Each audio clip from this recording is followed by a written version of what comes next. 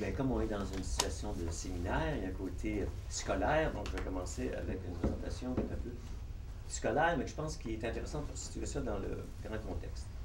Il y a deux façons de comprendre un texte. On peut prendre le texte en lui-même au tenté et sans se poser de questions sur la trajectoire, sur les origines du texte, ou on peut le situer dans la longue durée, d'où le fait que j'avais rappelé le texte sur les quarks de 1986. C'est qu'il faut bien situer que le texte sur The Manual of Practice, quoi qu'en dise Andy, c'est une transformation majeure par rapport au travail de Andy qui est celui sur les quarks. Le travail sur les quarks, c'est une application empirique précise d'un programme de recherche très bien développé, très clair, qui est le programme de Barnes dans Scientific Knowledge and Sociological Theory. Donc le programme fort, mais au sens de Barnes dans Scientific Knowledge and Sociological Theory ou Sociological Theory and Scientific Knowledge, c'est un modèle très précis de la pratique scientifique que Andy applique de façon magistrale dans son livre. C'est les catégories de Barnes complètement. Okay? Donc ça, c'est clair. Et donc, c'est un constructivisme radical dans lequel il n'y a absolument rien dans la nature, mais rigoureusement rien, qui fait obstacle.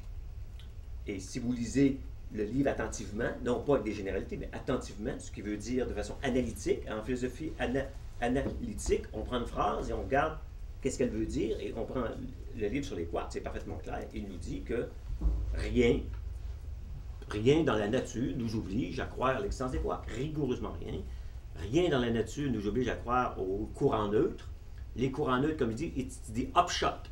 En plus, le langage est important. Pourquoi il dit upshot? Un autre terme relativement vague, quelque chose qui sort de quelque chose, qui est le résultat. Donc, upshot, c'est juste assez vague pour dire que il s'est passé de quoi que les courants neutres, on a changé les critères, ce qui est une évidence.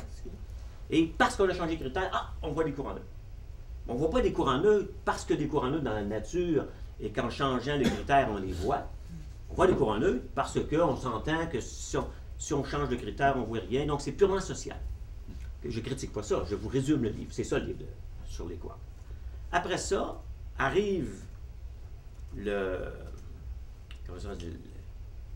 l'éclaircissement. Pickering réalise que finalement, il existe de la résistance. Il y a des objets qui résistent.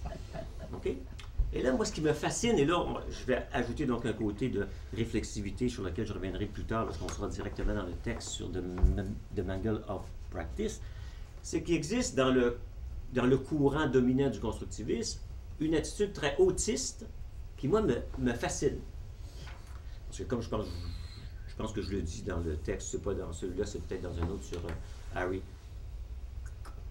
Collins, c'est que il découvre ça, il y a de la résistance. Là.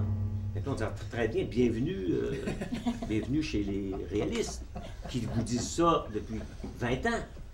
Mais non. Fait que là, si vous lisez attentivement de Mangol, d'un instant, là, les constructivistes ne tiennent pas compte de la résistance en nature. Et là, il est tout surpris.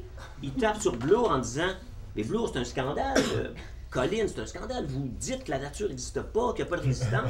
C'est une vision complètement idéaliste du monde. Il y a de la résistance. Mais jamais qu'il dit, au fond, j'ai peut-être exagéré avant, puis là, j'ai découvert ce que tout le monde sait, qu'effectivement, tu ne passes pas à travers les murs. Bon. Ça a l'air banal. Je fais exprès, parce qu'on va y venir, il y a des choses dans ce livre-là que personne n'a lu. Rigoureusement personne. Je vous le dis dans le texte. Il y a des raisons sociologiques à ça. Il faut être réflexible jusqu'au bout. Donc, on ne passe pas à travers les murs. Ce n'est pas une métaphore, c'est quelque chose d'important. D'où la section que j'avais écrite sur l'aveugle. Hein? Il y a tout, on pourrait faire une ethnométhodologie de ce qui est implicite dans ça. L'aveugle, si on réfléchit à ce qu'il fait, ça pose des questions. Donc, la trajectoire de Pickering est importante, il y a une coupure. Et là, c'est de se dire, OK, comment maintenant on va gérer ça? Il y a deux façons. La première, c'est la négation, c'est celle d'Andy. Hein? Dans les quarks, voyons donc, jamais dans les quarks. Comment tu fais, Gingras, pour lire les quarks comme étant relativiste? Dans son livre sur les quarks. Constructing Quarks, donc la négation, c'est de dire, ben non, dans Constructing Quarks, comment tu fais pour lire un pur relativiste? Il y a deux réponses. La première, c'est que si c'était seulement Gingras, effectivement, on pourrait se dire, Gingras, c'est pas lire. Mais n'importe qui a lu ce livre-là a lu attentivement et dit, mais non, c'est pas grave de soit complètement relativiste. Okay? C'est juste être cohérent. Il est complètement relativiste. Et là, il nie. C'est la façon numéro 1. La façon numéro 2, c'est de l'oublier et de repartir à zéro en disant maintenant, et bon, je ne vous citerai pas les phrases, mais maintenant, il faut tenir compte de la résistance. Comment le faire? En construisant un modèle qui va nous décrire le type d'interaction avec le monde. Donc là, on passe à une deuxième étape. On dit, OK, c'est correct, laissons faire le fait que tu abandonnes maintenant le relativisme absolu, c'est ton droit, on n'est pas obligé de t'écœurer trop longtemps, qu'en fait, tu as compris qu'on ne passe pas à travers les murs, c'est bien. Deuxième étape, ton modèle, comment il fonctionne. Et là, c'est là que je pense que c'est important quand on lit un auteur, d'accepter ce que j'appelle une charité interprétative. On commence à dire, OK, tu construis ça comme ça, c'est quoi ton affaire? Parfait. C'est l'accommodation et la résistance. C'est les deux concepts de base. OK? Maintenant, il faut regarder comment il fonctionne dans le texte. OK? Et là, c'est ce que j'ai appelé le jeu de ping-pong. Parce qu'effectivement, dans tous les exemples qu'il nous donne, il joue au ping-pong. Il y a l'acteur qui a une intention, je veux construire une machine, puis là, il zigonne, puis là, ça ne marche pas. Fait que là, pourquoi ça ne marche pas? Ça résiste. Donc, là, quand ça résiste, qu'est-ce qu'il fait le scientifique? Il dit, oh, là, ils ne font pas ce que je veux, là. Donc, il s'accommode, il change. Qu'est-ce qu'il fait? Il change de direction, ou il visse une vis de plus, ou il donne un coup de marteau à sa machine, peu importe ce qu'il fait. Là, la machine maintenant va s'accommoder, va tune in, donc un autre tuning in, va se syntoniser, et là va dire, OK, là j'ai la bonne fréquence. L'exemple que je prends qui est banal, c'est que j'écoute la radio, ça griche, je tourne un peu, puis là je finis par entendre le signal, donc j'arrête. Si je continue, évidemment, moi, j'aurais plus de tune in. Donc c'est un modèle assez simple, qui a ses vertus. D'ailleurs, comme je l'ai montré, au fond, c'est une réinvention exacte, au mot près, du modèle de Piaget. À la différence près, j'ai montré que le modèle Piaget est structurel. Le modèle Piaget renvoie à des schèmes qui sont le fruit de la dialectique, justement de l'accommodation chez Piaget et de l'assimilation. Et c'est intéressant, pourquoi il parle non pas de résistance, mais d'assimilation, parce qu'effectivement, l'assimilation, c'est la transformation des schèmes intérieurs pour s'adapter au monde extérieur qui est donné, hein, qui est vraiment donné. Piaget est un constructiviste, complètement. Mais ce n'est pas un constructiviste relativiste, c'est un constructiviste rationaliste dans la tradition de Bachelard, c'est dans cette tradition-là. Et donc, lui, il construit de cette façon-là. Je ne dis pas à Pickering qui fait la même chose. Je dis, bien, si tu es dans ce jeu de dialecte-là, c'est correct. Mais déjà, il y a des modèles déjà plus complexes que ça. Et un livre complet, à mon avis, extraordinaire de Piaget, qui s'appelle, je pense, L'équilibration des structures cognitives, qui est complètement dévoué à ça, qui est un équivalent pour moi, c'est l'équivalent de la structure des révolutions scientifiques de Kuhn. C'est un livre très important, mais qui est beaucoup plus compliqué, et qui fait la même chose en plus. Fait que je me dis, si tu veux faire cette dialectique-là, c'est très bien. Moi, je suis déjà à autre chose, qui est Piaget, qui fait la même chose et qui fait autre chose. Donc ça, c'est le premier niveau de critique. Le deuxième, qui est quasiment un soubassement, c'est que le problème de l'approche, et c'est pour ça que j'étais content que tu parles d'épistémologie au début, c'est que maintenant, il y a toute une posture épistémologique qui met de l'avant. Ma position que j'ai expliquée dans les textes, c'est que cette position-là, elle est contradictoire, elle est au minimum ambiguë et floue. Le meilleur exemple, on l'a vu tantôt dans l'interaction, tu dis, bon, Pickering dans ça, il va dans la tradition de Latour et il veut être symétrique. Effectivement, comme tu l'as dit, ce qui est frappant dans le texte de Latour, c'est exactement l'inverse. Dans le texte de Pickering, c'est exactement l'inverse. C'est qu'il brise la symétrie. D'où le petit clin d'œil comique de mon texte s'appelle le Spontaneous Breaking of Symmetry. Pour ceux qui n'ont pas une formation en physique, à mon avis, c'est une bonne blague que tous les physiciens ont ri. C'est qu'en physique, il existe un concept qui s'appelle le bris spontané de symétrie. C'est un concept en théorie quantique des champs, okay, qui est très important. Il y a eu des prix Nobel pour avoir découvert le principe de brisure spontanée de symétrie. Donc, ce mot-là, brisure spontanée de symétrie, c'est un concept en physique des particules. Donc, c'est pour ça que c'est une blague faite pour des gens comme Sokal. Et là, c'est de dire, puis quand il nous parle, il dit, la symétrie semble brisée. C'est très important.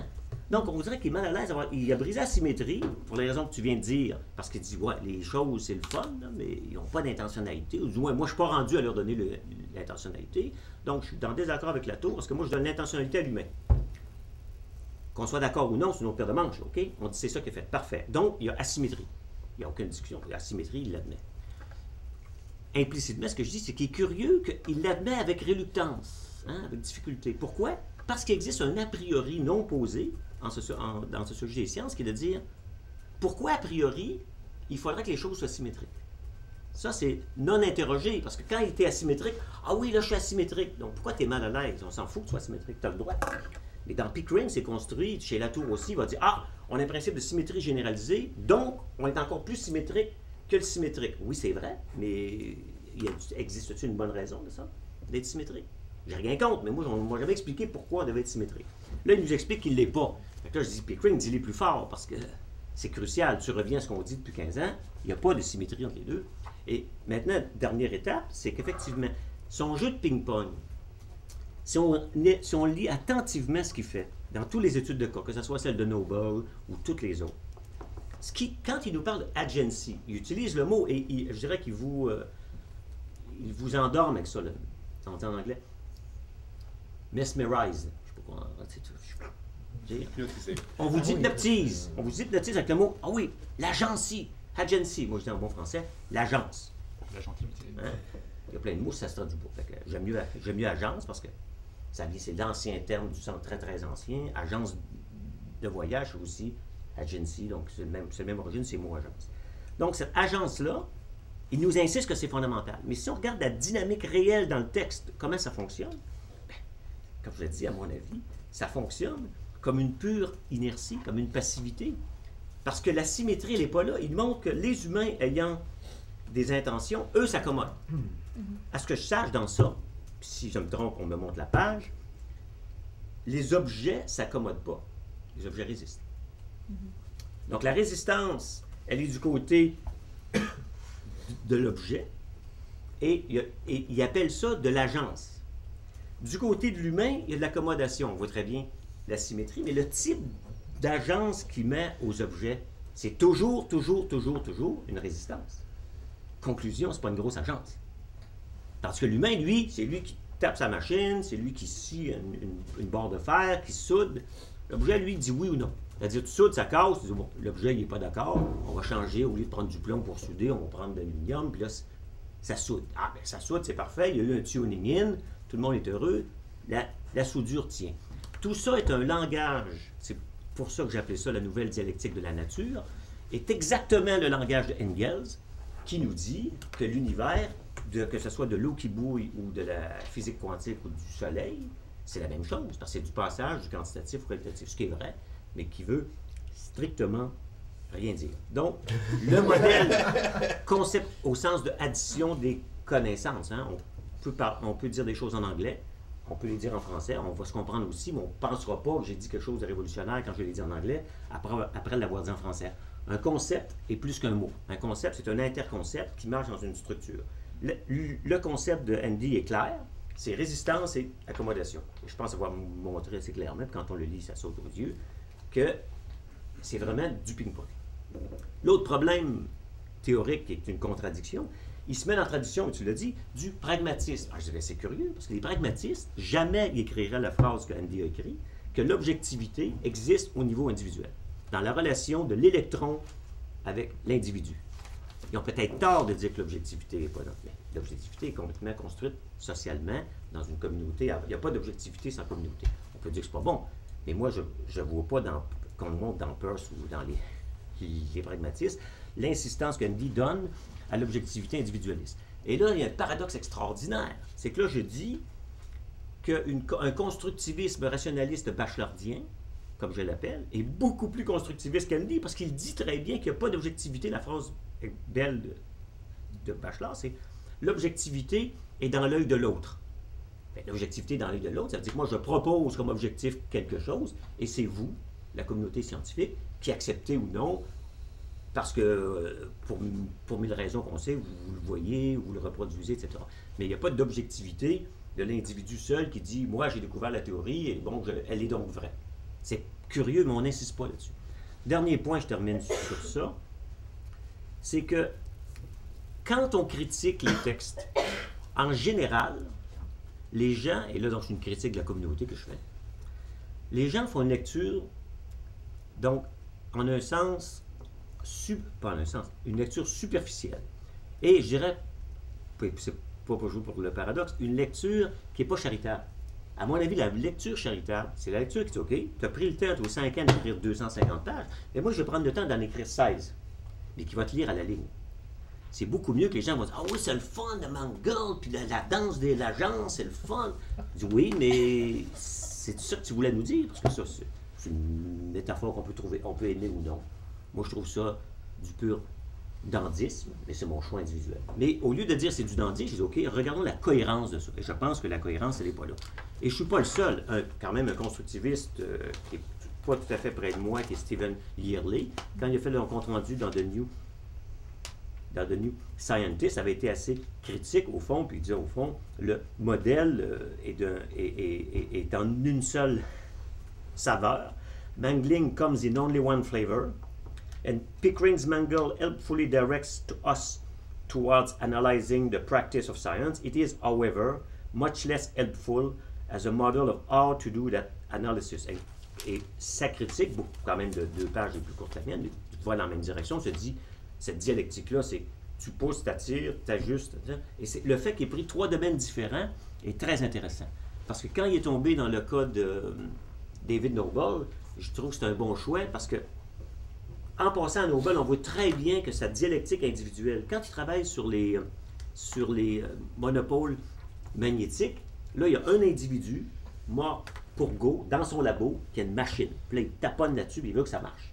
Fait que là, ça va bien la dialectique de la résistance. Et quand il tombe sur Noble, qui est toute une organisation sociale, on voit très bien l'effet de son jeu ping-pong. Il a aplati une structure sociale avec des classes sociales, avec des salaires, avec des chefs qui ont des postes de pouvoir. Ça n'existe plus. Il y a de la résistance. Donc, c'est extraordinaire que sa dialectique individualiste, lorsqu'elle s'applique à des choses un peu plus complexes qu'une machine, montre sa faiblesse. Dernier point sur l'épistémologie, il y a une autre faiblesse rédhibitoire dans ça qui fait que c'est confus. C'est qu'il nous parle des objets, et tu nous parles un peu, il nous parle des machines. Je pense que si on veut réfléchir et s'entendre sur les termes, sur le plan épistémologique en science, il faut distinguer 3 choses radicalement différentes, qui ont des statuts épistémologiques différents. C'est la différence entre une entité. Un électron, ce n'est pas une machine. Un électron, c'est une entité. Un quark, c'est une entité. Il existe ou non, on en discute. Une machine, c'est un assemblage d'entités. Donc, que, par exemple, il y ait plus d'agences dans une machine, c'est évident. Des robots, ça se promène, ça marche, ça parle, plein de choses, des robots. Parce que c'est des agencements d'entités. Donc, parler du statut d'une machine, si on veut le faire en philosophe de la technologie, je pense qu'on ne peut pas le faire sur le même ton, comme une évidence que c'était le même statut qu'une entité. Dernière chose, il y a une 3e type de mode d'existence, pour parler comme Simondon, du mode d'existence des objets, c'est ce qu'on appelle les effets.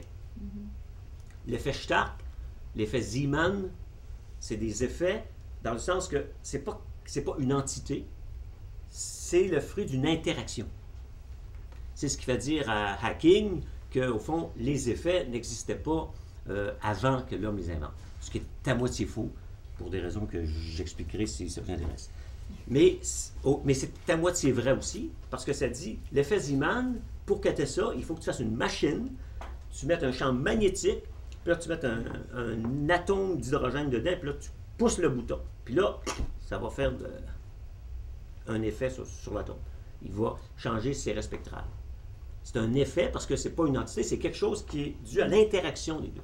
Mais tout n'est pas une interaction dans le monde. Il y a des entités, il y a des effets, il y a des machines. Donc moi, je pense que ces 3 niveaux d'existence, il faut les séparer. Je l'ai dit dès le texte de 86 sur les quarks, parce que le statut des quarks, ce n'est pas le statut d'un effet, ou du moins on peut en discuter, ça serait une autre question. Mais il faut au moins les 3 concepts différents pour savoir si un relève d'un niveau ou d'un autre niveau. Donc vous comprenez à la lumière de ce que je viens de dire, que le modèle est un modèle très faible sur le plan épistémique, explique peu de choses, et il ramène... Et le pire, c'est qu'il dit lui-même, Mendy Mondrain, que ça n'en aperçoit pas, il dit, texto, j'aurais pu écrire l'histoire de tous les autres cas dont je vous parle de la même façon. Fait que là, moi, comme historien, dans mon petit chapeau d'historien, je dis, si moi je peux écrire l'histoire de n'importe quoi dans le monde, sur le mode du ping-pong, bien là, je rate certainement quelque chose, parce que l'histoire ne se ramène sûrement pas à un grand récit d'une table de ping-pong, de la résistance et de l'accommodation. J'arrête là pour le premier tour.